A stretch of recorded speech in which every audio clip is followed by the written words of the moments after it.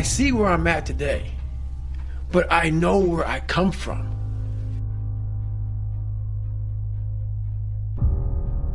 The one thing that made me who I am today is being vulnerable.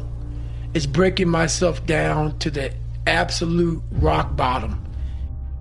Life created this person, me. Life created me to be this fucked up person that I was back in the day. And I had to realize, man, that's okay, man. It's not my fault. Now I gotta go back and fix this shit though. So a lot of this isn't your fault, why you do some things you do, why you feel the way you feel. But no one's coming back to save your ass. You have to go back to where the shit started, wherever that place is for everybody, and have the courage to go back there and start fixing what broke you. And that's when I was like, hey, I'm fucked up. I'm gonna go back and fix this though. I'm amazed at what a human being can actually do. So when I start talking to myself in the third person, it's strictly because I know that I literally made this human being out of just like a whole bunch of scraps. And I wasn't, I wasn't a mechanic. I wasn't a carpenter. So I didn't know how to do any of this shit. I wasn't trained in how to build a human being from nothing. And I started putting this scrap metal together. I'm like, I wonder what the fuck's gonna happen. The first year I tried to do is all fucked up. And after a while, I started learning more and more and more through pain and suffering. I started learning so much about stuff. Before I knew it, man, I built this beautiful car. I'm like, how the fuck did I do that? And I knew how, and I know how to do it because I have all the tools. Through all the failure I went through trying to build this person who's Goggins. Another thing about growth is you can't hold on to hate. You can't hold on to hate. And see, once you take a different step, so I had to take a step out of my life because once you're in that hell, that's all you see is what's in front of you. When you're in hell, all you see is the little patch in front of you of the kids that are calling you nigger. Or the people that spray painted nigger were gonna kill you on your car.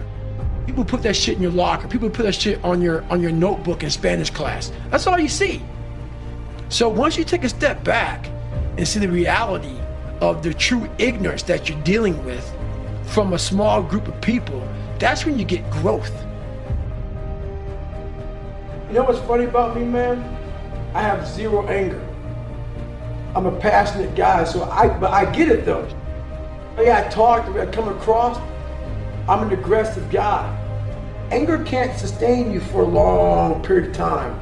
Because once you get in a situation, trust me, I tried it before. When you get in a real hard situation and you're miserable, that anger is gone. What comes up is real. The real feeling of who you are and where you're at. So that anger can fuel you for so long. There has to be something so deep in you that drives you. So what really does it for me is I know what we're capable of. And I know that most human beings aren't willing to go where I am. And that's a very, very dangerous thing. I'm not saying I'm better than anybody else. Everybody has this talent. It's just realizing that we stop way short of our true potential. So through my life, I realize these things. And I know what gives me fuel is I know that most people who are blessed with so much talent, great parents, great upbringing, didn't come from where I come from. They're gonna quit before me. Having all the tools that they have, they didn't have the ability to examine themselves. When you have a fucked up life, it almost forces you to do a live autopsy. It forces you to find strength from places that no one looks from. My own personal life makes me sick. That's why I'm so disciplined now. Without my self-discipline, there is no David Goggins. I cannot stop going to the gym. My mind is set up in a spot where, hey, the second I stop, it wants to stop. Because I had a quitting mind growing up. When you get beat the shit out of you all the time, your mind wants to go to that nice spot where you're comforted, where you're not trying, where shit is easy. That's where your mind, it doesn't want to think. You have all these things in the mind, and the mind can only absorb so much shit. So all the pain it has to go through, it wants to push it away and say, let's not do that. So every day I'm fighting where the mind wants to go. So it's a constant evolution, man. Trying to reinvent the wheel. I'm like, oh man, I went through Navy SEAL training being fucked up. I ran over 7,000 miles in 2007 being fucked up. I did pull-up records being fucked up. Now that the mind is so fucking strong, let the body catch the mind. So that's now where I'm at. So I'm always trying to reinvent the wheel and see what I'm capable of next. It's how you look at it. And I looked at my shit was, this is the perfect training ground to being a man. And a lot of people do not think the way I do, and that's fine. I'm not asking to be David Goggins, trust me. But the thing is, I looked at my hardships as challenges. Once I got over the pity party, because I went through that phase. I'm a normal human being. But I realized that got me exactly where I was at, even worse. As I looked at those challenges the way most people do, woe is me. Why the fuck can't I get a break? Why? I wish I was better. I wish my parents were better. I wish I had a better education. I wish this, I wish that. I started realizing, how can I fucking figure out how this shit can fucking work for me? So the one thing we don't do is when we're in that dark place is a great learning environment. If you can sit back in a dark place and find quiet to just think, there's so much power in your failures, in your fucking, in your suffering. Because why? You're still alive. You're still fucking here. So you gotta look at that shit as, my God, man, this is power, man. Like, now I gotta flip this shit. How many men would be able to do what I'm about to do, what I'm about to try to do? Like, literally, what gave me strength?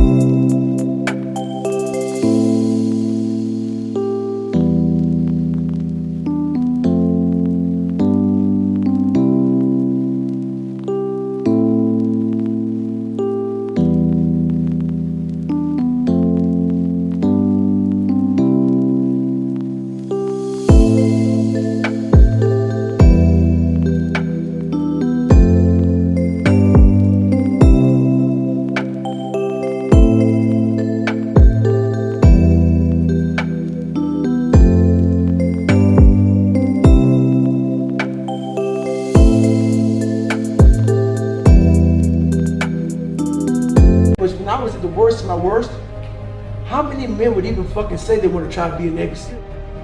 I'm at the worst spot of my life. Like, I can't even walk down the street, let alone run down the street. And I'm gonna now call a recruiter up and try to be a SEAL. There's a lot of power in that. But people don't see it that way. They see, man, that's stupid. You know who you are when there's no motherfucker out there when you're running. And you're at mile 75 of a 150-mile race, and ain't nobody cheering for you. You're broken, you're fucking defeated. It's you and you alone in your fucking head. And I stayed that way for the better part of 30 fucking years, trying to figure this shit out. And once you figure it out, you look at your, everybody says, hey, so you're all broken now. You know, is that how you want to be? Yep.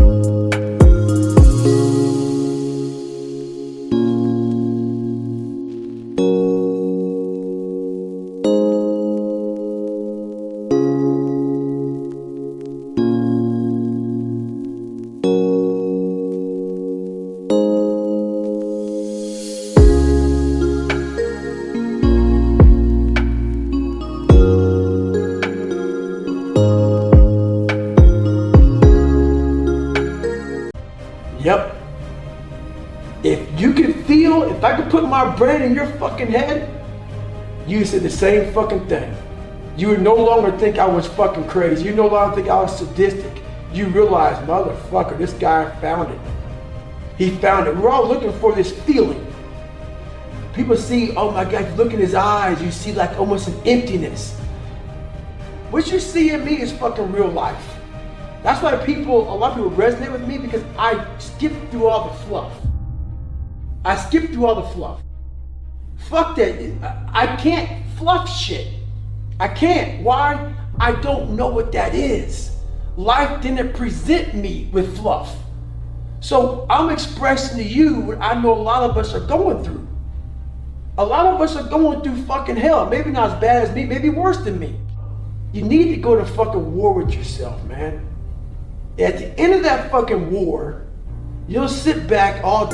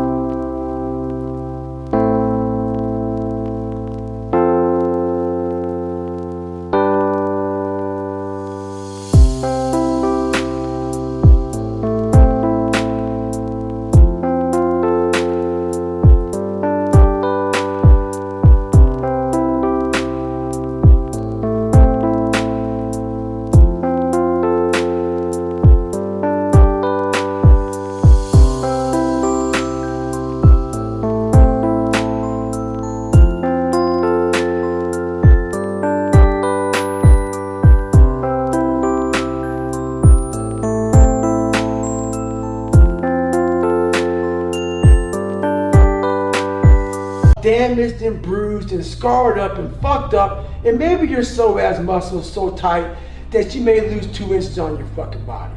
Who knows? But then that fucking war, you're gonna sit back on a couch, maybe have a fucking glass of water. If you drink a beer, you drink a beer. The war may be 30 fucking years, but when it ends, you will know what the fuck it's all about then. And then you'll find your fucking peace. You'll find your fucking peace then. Discipline is a critical factor, and it allows us to win on the battlefield, and it allows us to really win everywhere, in health, in business, in fitness, in jiu-jitsu, in life. You gotta maintain the discipline.